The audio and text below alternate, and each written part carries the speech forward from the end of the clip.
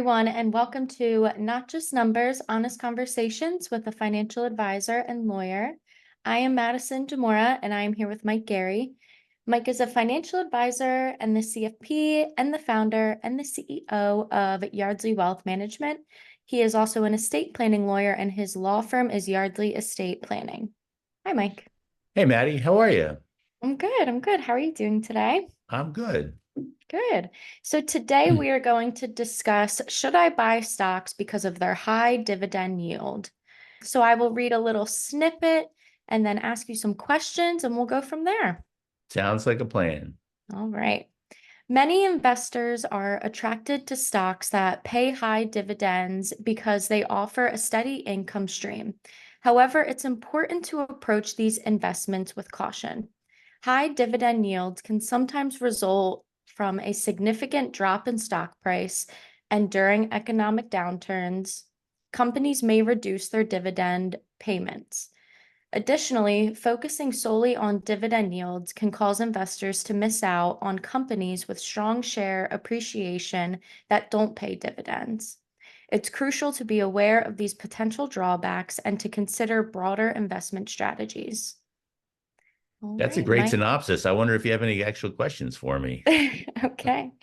All right. So, Mike, why might a stock have a high dividend yield, and what are the potential risks associated with this? Okay, so stocks might have high dividend yields for any number of reasons.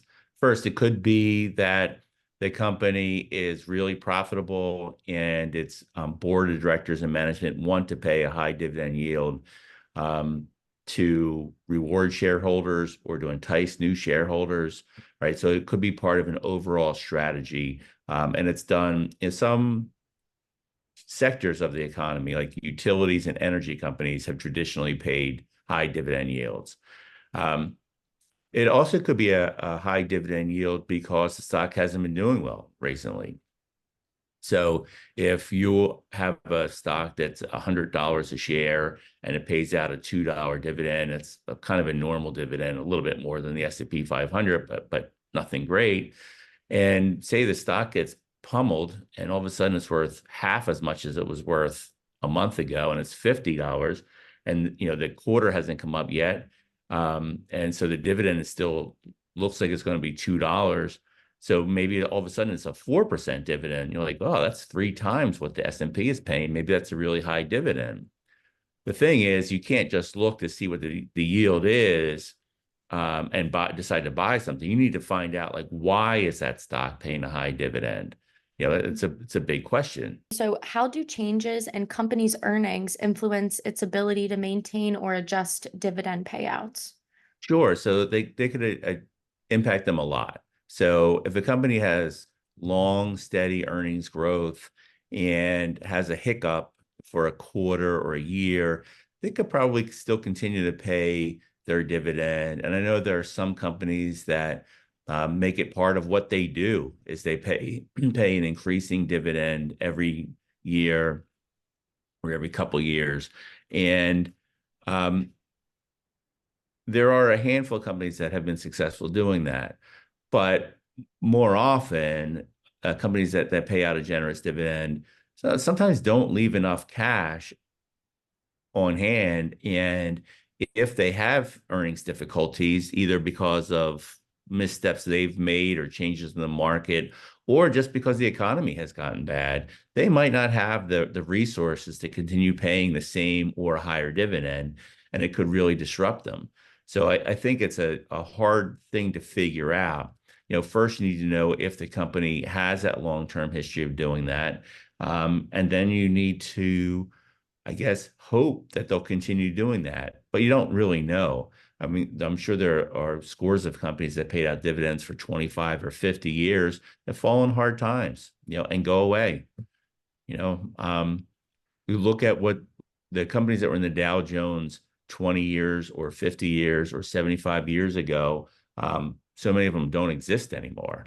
At one time, they were the strongest companies in the world, and they're just gone. So it's a big risk there. Yeah. So, why might some investors choose not to focus on high dividend yield stocks, and what are alternative strategies they can employ? Sure. So one of the a great reason for not just investing in dividend stocks is because a lot of the highest returning stocks don't pay dividends. Most technology companies don't pay dividends in their first 10, 20, 30 years of existence, during which they have had remarkable returns. Berkshire Hathaway has had a phenomenal return for 60 years, and doesn't pay a dividend. And so if you just stick with high dividend paying stocks, you have missed out on the stocks that certainly have returned the most the last 10 or 15 years.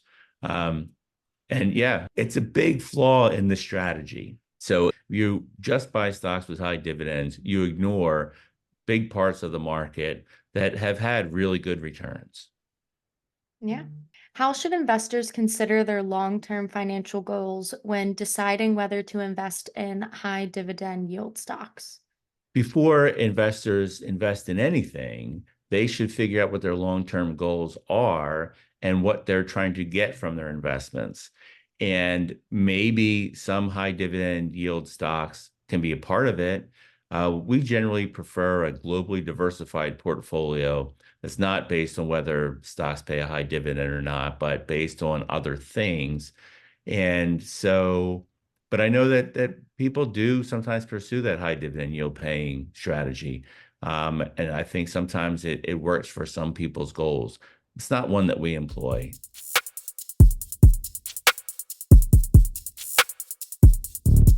We are joined here today with Ben Madden, the owner of Allied Cleaning Services. Ben, how are you doing today? I'm doing great. How about you?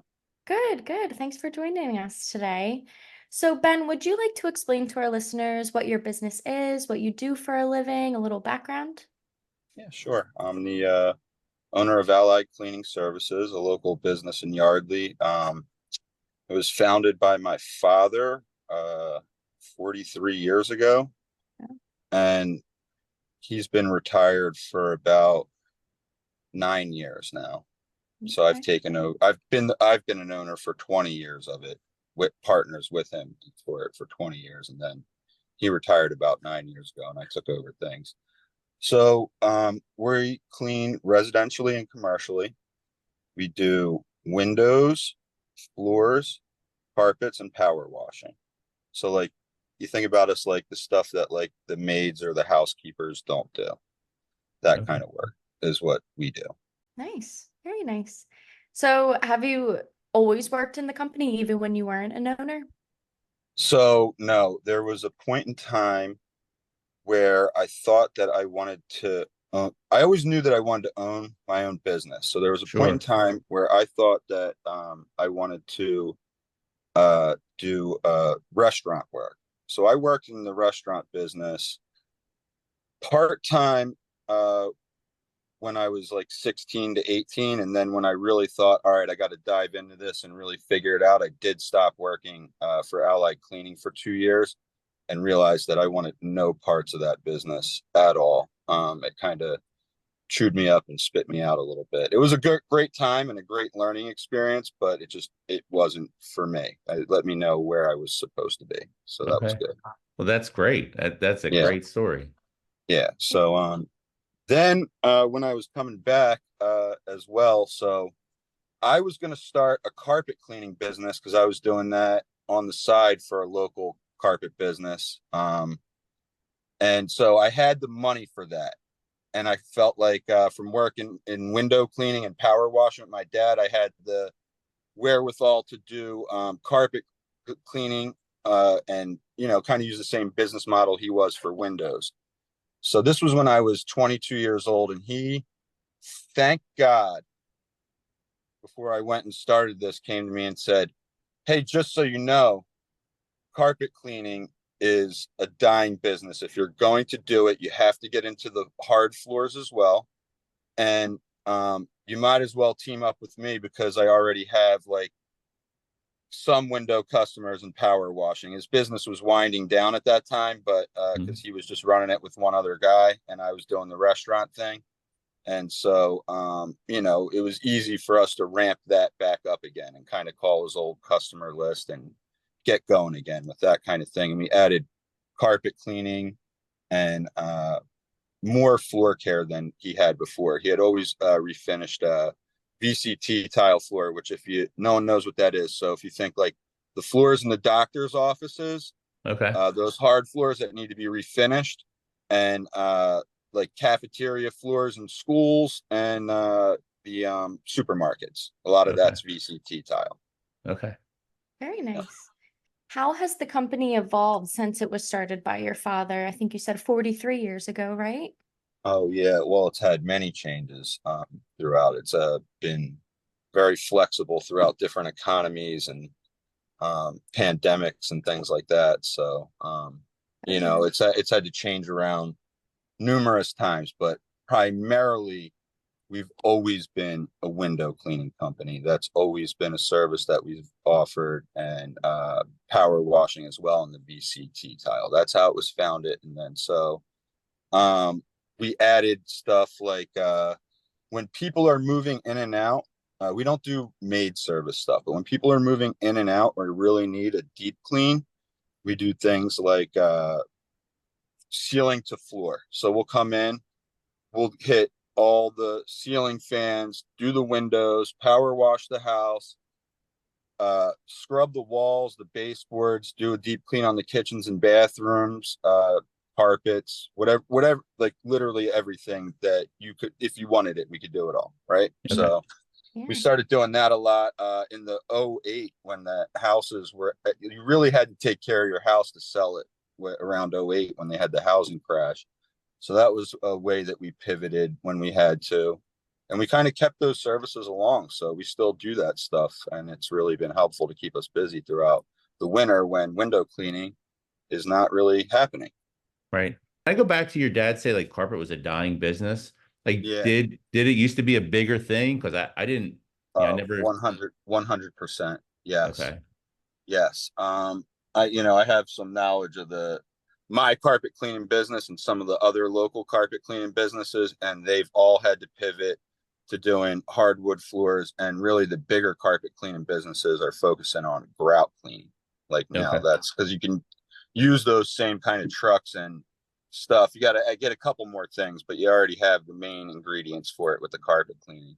Okay. Carpet cleaning's never going to die, but it's not as popular. People have less and less carpet in their Right. house. Yeah. Yeah. So Yeah.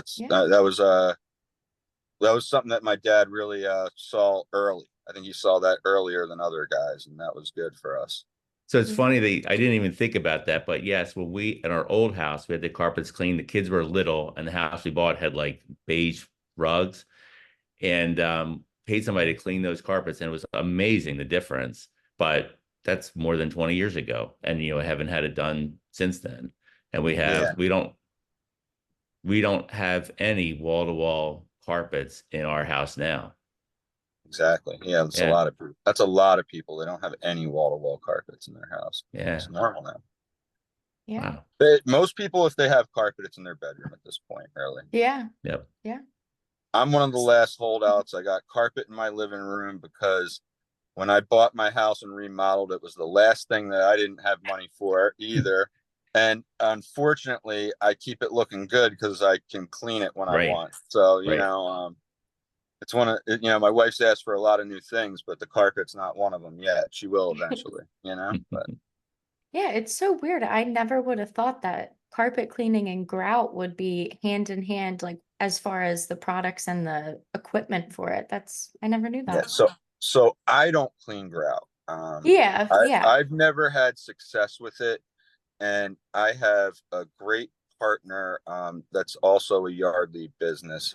It's called Marty's Carpet Cleaning. They're pretty popular around here too. Okay. Um, I just refer him all the grout, and he gets me window and power washing jobs. It really works out for both of us, and he's so much better at it than I'll ever be that I can't even. I'm not going to bother. You know? Yeah, Okay. yeah, Yeah. absolutely. So. So, are there traditional methods from your father you still use in window cleaning services, and are they still effective?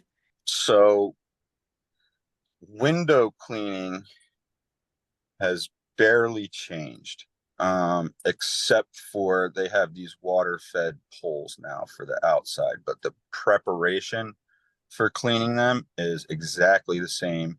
Like before we used that water machine outside, it's exactly the same way that my grandfather taught me. And because he owned a different business prior to this one that was just a window cleaning business in Levittown. It was just commercial. Um, when Levittown was just built, actually, he moved from New York to Levittown to start that business that my uncle took over. But so anyway, yeah, so we're literally using the same prep methods with better equipment, thank God, than that my grandfather taught us. And the window cleaning on the inside of a house is exactly the same. Wow, very interesting. Yeah, Very yeah, that interesting. hasn't So, changed. yeah. Can you explain the benefits of your power washing service and how it complements the window cleaning offering? All right, yes, that's a great question. So, for me, especially, like for the money, the transformation that you can do so first of all, if you power wash your house, the outside of your windows are going to get dirty. That's going to happen, right? So you might want to get that cleaned anyway. And it's nice that we offer both of those services so that you can hire one company. For me, the biggest transformation that you can do on your house, bang for your buck, is to get your house power washed and your windows cleaned at the same time. So like your average house in Lower Makefield that's in a neighborhood, and these really vary depending on your windows, but your average house for power washing is $500, and so is your window cleaning.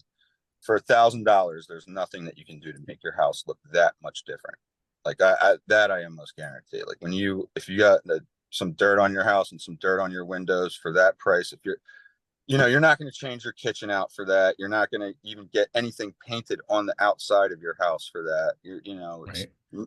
There's not a lot of home improvements that you can do for that kind of money that have that much of a change. And for our power washing, we're very careful with that.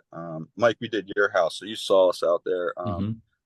We don't actually power wash the house with like just brute force, and we don't do like chemical spray everywhere like a lot of the other companies do. What we do is we get the house wet with our power washer, and then we dip brushes in chemical and we just run that along the house so that we're not pounding on the siding. And then when we're done brushing it down, we rinse it off. And that chemical really, it doesn't even kill a blade of grass. And it really gets more stuff off than power washing would anyway. Power washing gets the green mold off, but what no one sees behind that is there's black mold, and that doesn't come off from power washing. You need some kind of chemical agitation for that. Yeah, so that was a good time to point out. As Ben said, I met Ben when he did our house. I was looking on the Facebook page. Lower Makefield is a great place to live, and that Ben got a lot of people recommended him, and he did a great job.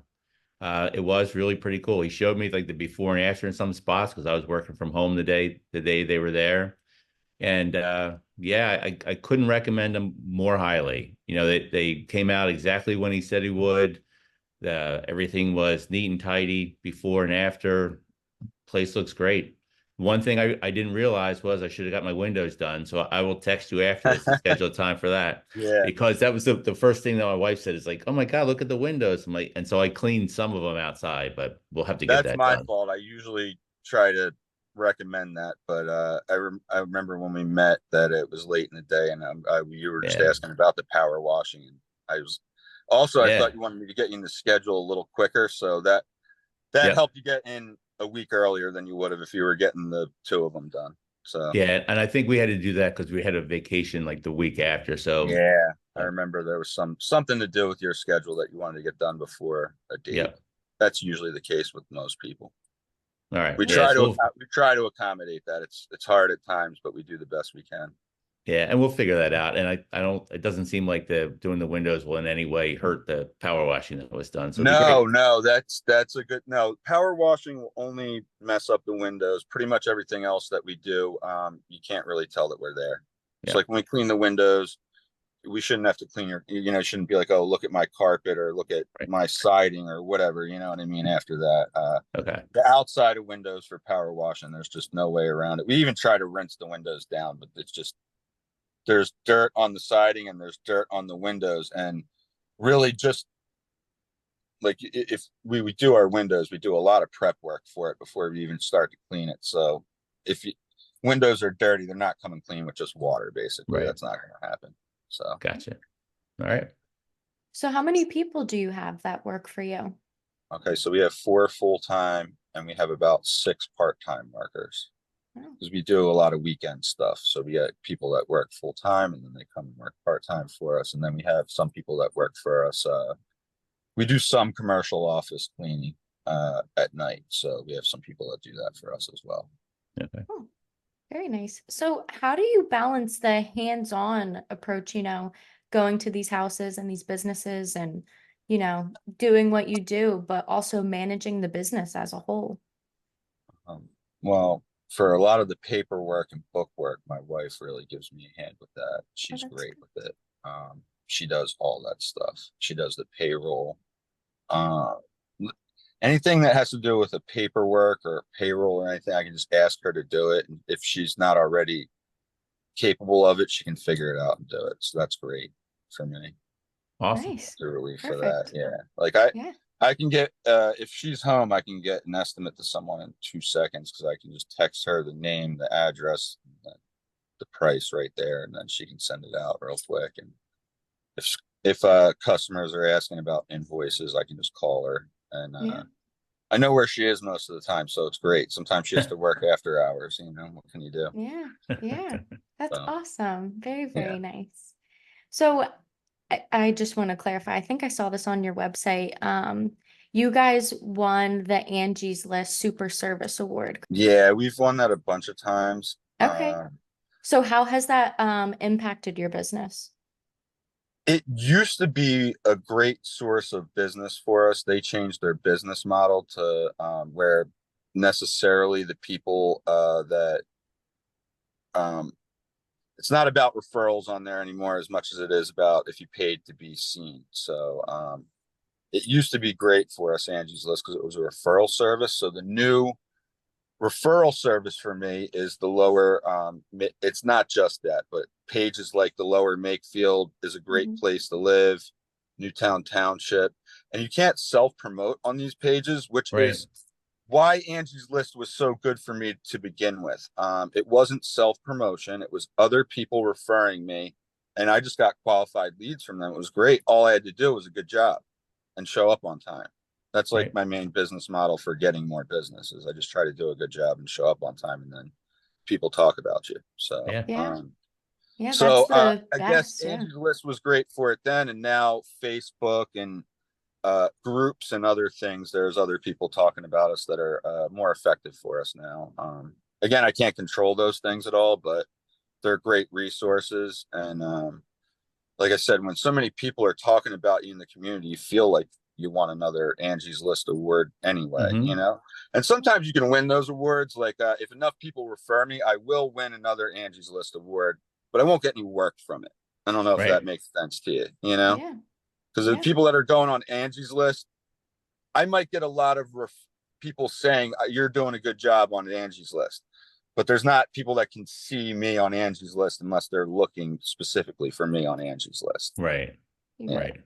So yeah, Yeah. the digital marketing, as you guys know, changes from time to time, and you got to figure out and follow where it's going. Yep. That's Absolutely. confusing.